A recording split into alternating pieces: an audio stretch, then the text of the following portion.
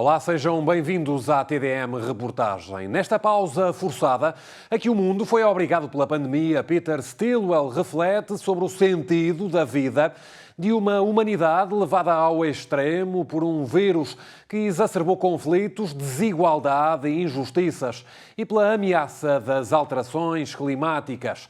Nesta crise profunda, o padre, ex-reitor da Universidade de São José, encontra uma revelação e a oportunidade para mudanças profundas. Foi Deus, é a reportagem assinada por Rita Tavares Teles.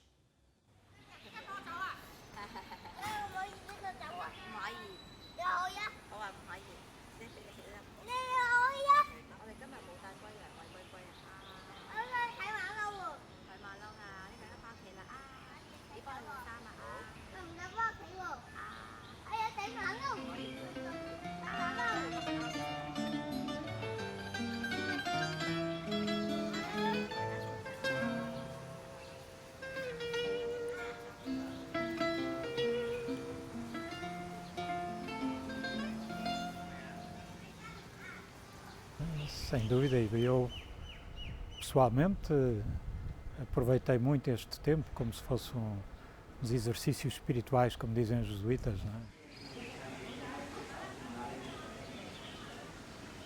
Nós vivemos nesta época pós-Segunda Guerra Mundial, muito marcada por uma visão do mundo que é de progresso, o progresso da ciência, o progresso da política, o progresso, tudo vai no progresso, tudo vai em sentido ascensional. E de repente, um microvírus que ninguém vê, não é? Faz parar o mundo todo. Quando foi o terremoto de Lisboa, em 1755, houve um choque também civilizacional nessa altura. Só atingiu Lisboa, ou Lisboa e arredores, em Portugal, mas Lisboa era visto como o ponto que tinha sucedido a Veneza, era o lugar de contacto com o resto do mundo, era um centro de internacionalização.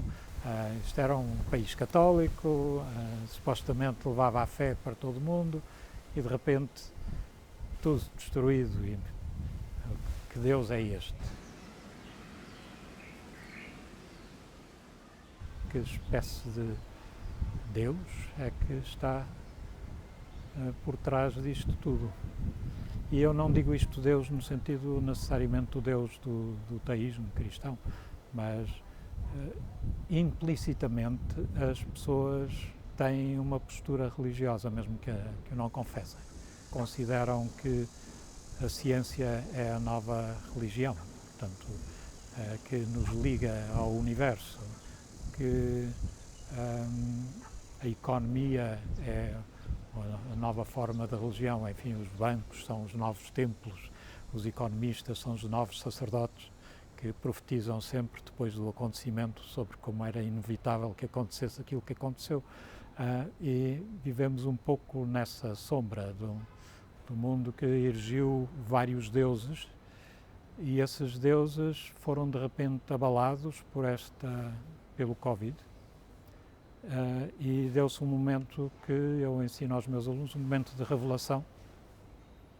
Abrimos os olhos e vimos a realidade.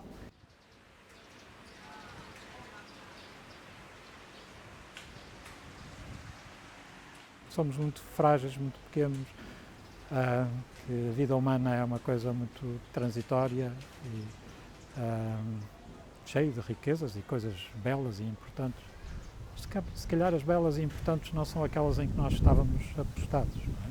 Estamos apostados no desenvolvimento económico e as pessoas a matarem-se a trabalhar para terem mais dinheiro, e agora foram obrigados a ficar em casa com os filhos, e com o marido, com a mulher, com grande oportunidade para alguns, para outros, um tempo de tensões psicológicas, dificuldade de gerir interiormente esse espaço próximo, porque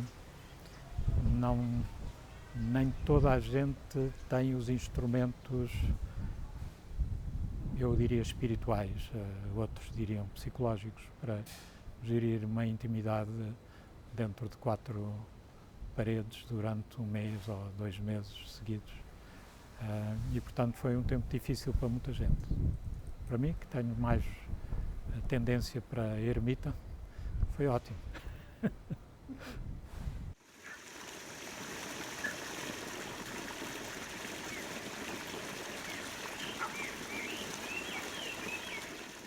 Um grande teólogo protestante disse: o amor de Deus é como um ribeiro enfurecido, não é? Cheio de entusiasmo.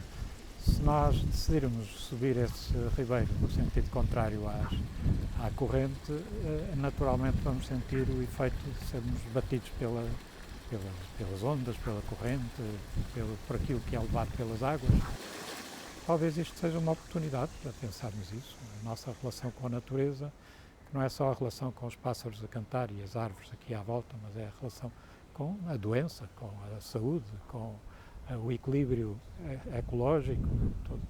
Tudo isso é a nossa relação do dia a dia. Vivemos isso de uma forma liberta e libertadora, ou vivemos isso como vítimas de um sistema que foi posto em marcha e que ninguém controla, não é?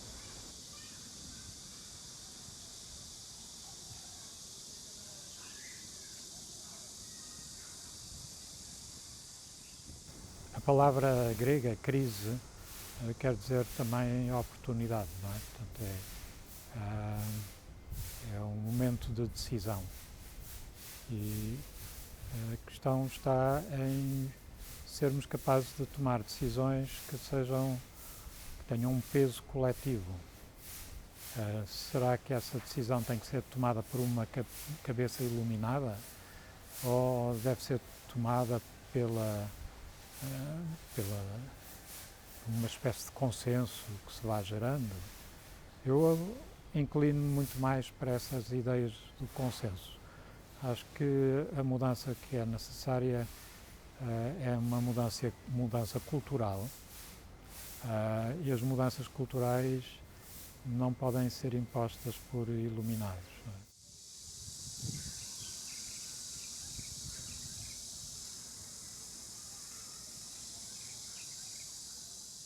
Que haja um movimento agora que tenha nascido da base de revolta por uma injustiça que foi veiculada por um acaso.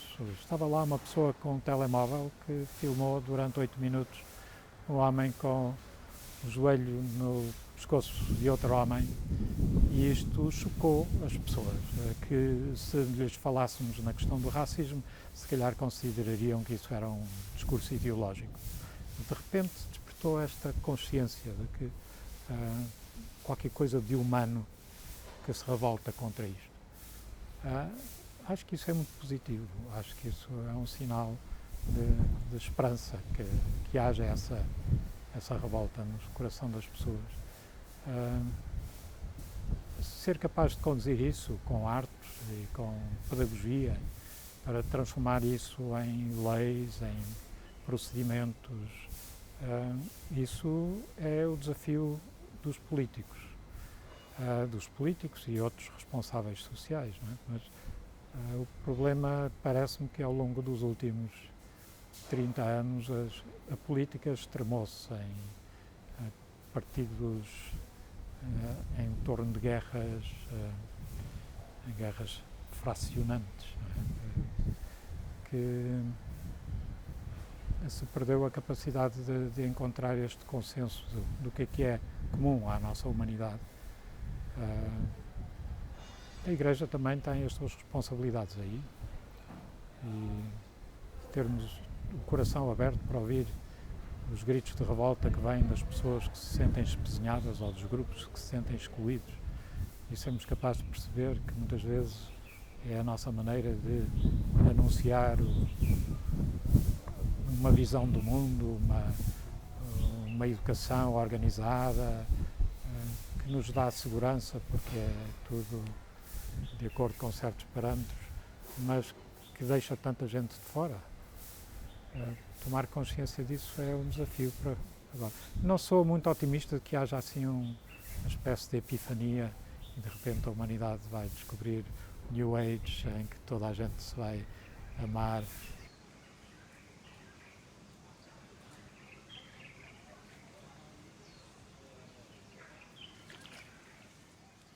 Nestas lutas, não só agora do Covid, mas a luta de tantas questões climáticas, uma mudança de ordem mundial, implica que as gerações mais novas se convençam que é apostando na transformação do sistema e não na fuga ao sistema que se consegue fazer alguma coisa. Porque senão, a quem tenha vivido os anos que eu vivi e visto as revoluções que eu acompanhei pela comunicação social, sabe que as revoluções são rapidamente engolidas pelos grandes deste mundo.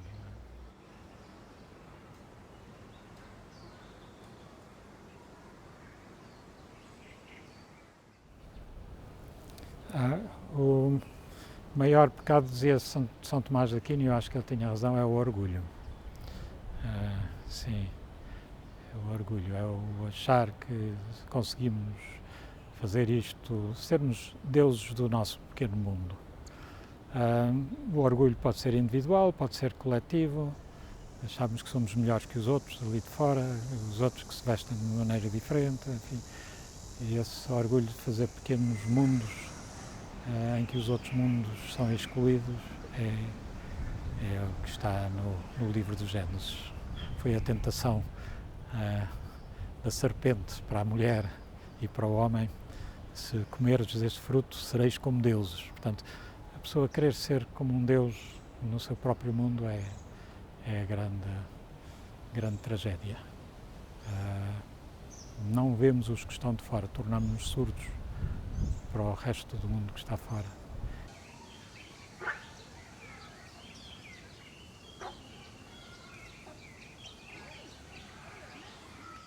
Porquê é que ele teve tanto impacto sobre a humanidade? O título de Cristo, que é ser ungido, a pessoa que é ungida, escolhida no quadro bíblico, escolhido por Deus para ser o líder, ser o rei, ser a pessoa que encabeça uma comunidade. Essa liderança implica uma morte para si próprio e para os seus projetos, não é? Para que seja verdadeiramente o Messias e não seja um outro Hitler ou um outro líder que lidera as pessoas pelos seus demónios, mas ser morrer para si próprio e os seus projetos e os seus egoísmos, para ser capaz de assimilar aquilo que são os valores da comunidade de que nós fazemos parte e ser capaz de dar forma a esses valores. Portanto, quando falamos mal dos líderes políticos, às vezes nós esquecemos isso. Eles são, de certo modo, imolados por nós estamos constantemente a querer que eles sejam aquilo que é a encarnação dos nossos valores e eles não chegam lá.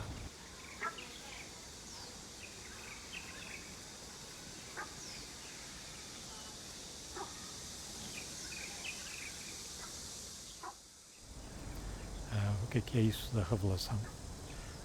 Quando nós falamos da revelação de Deus, é ouvir vozes celestiais a comunicarem-nos coisas.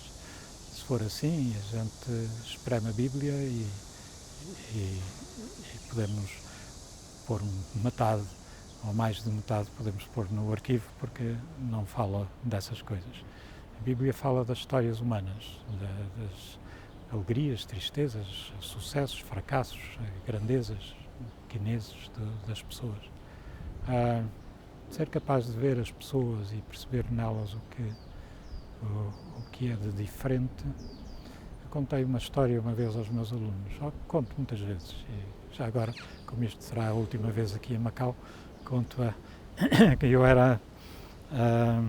estava a ajudar na Paróquia dos Anjos, que é uma paróquia em Lisboa que abrange um bairro de prostituição.